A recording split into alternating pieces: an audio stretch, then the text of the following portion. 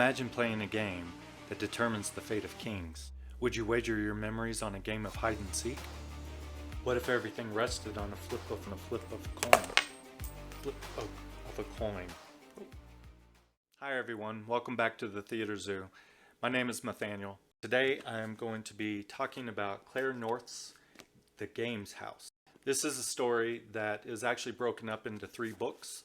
The first is The Serpent, the second is The Thief, and the third is The Master. In the first book, The Serpent, we follow Thene, or Thinny, not sure, who having moved to the higher league of the Gameshouse, plays a game of kings to determine the new doge of the Supreme Tribunal in Venice. Her assigned player is a man named Saluda, and she's given pieces, or rather people, who are indebted to the Gameshouse.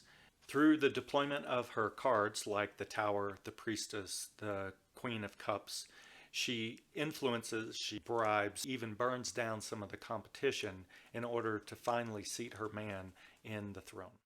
In the second book, The Thief, Remy Burke has been convinced to play a game of hide and seek in Thailand. This was not a good choice for him. He is a Frenchman, and he was drunk whenever he agreed to Abic Lee's proposal of playing this game.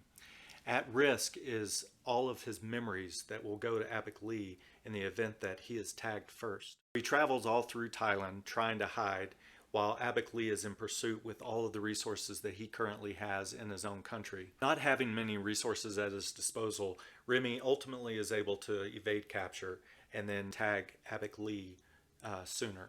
In the final book, The Master, Silver, who has been a character throughout all of these stories, has challenged the Games Master to the Great Game, in which the two of them rage across the entire planet for about 10 years in a fatal game of chess. And everything ultimately resides on the flip of a coin. I've previously read Claire North's 15 Lives of Harry August, and I really enjoyed that one, and so I was excited to get to the Gameshouse. I can't say that I loved the first story particularly, because a lot of it is old time Venice, and the pace of it was a little bit slower, but as I got through the other books, The Thief and The Master, I realized that it was really building up the idea of the Gameshouse and what was at stake. And within each story, the first one started within just Venice, just a town, and the second one takes place in all of Thailand. And then The Master actually covers the entire planet with all the various governments and facilities and resources that were available to Silver and the Game Master. My favorite story, I think, was actually Remy Burke's story of hide and seek. He had to rely on people that he wouldn't normally rely on.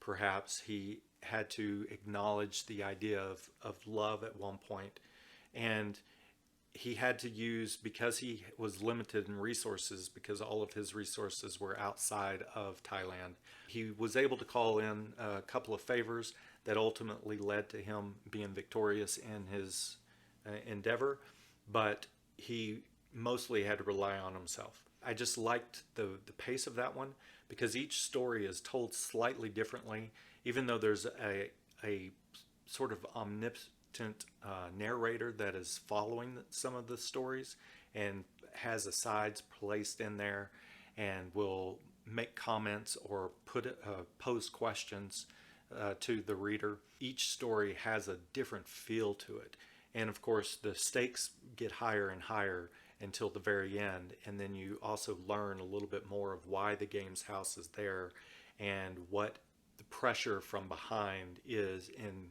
keeping it around. I liked, as the books progressed, that you got more insight into what was at stake in a lot of times, because there were some games that were a little bit more innocuous than others, some that were a little bit more internal to the players in the Gameshouse and how it affected lives on the outside, as well as in our system of government and politics and just the people who come and go.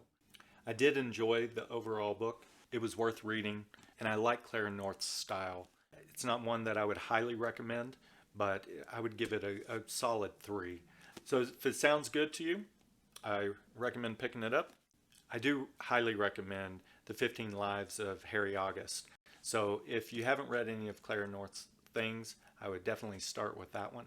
But other than that, if you have any suggestions for books of a similar nature, please let me know down below.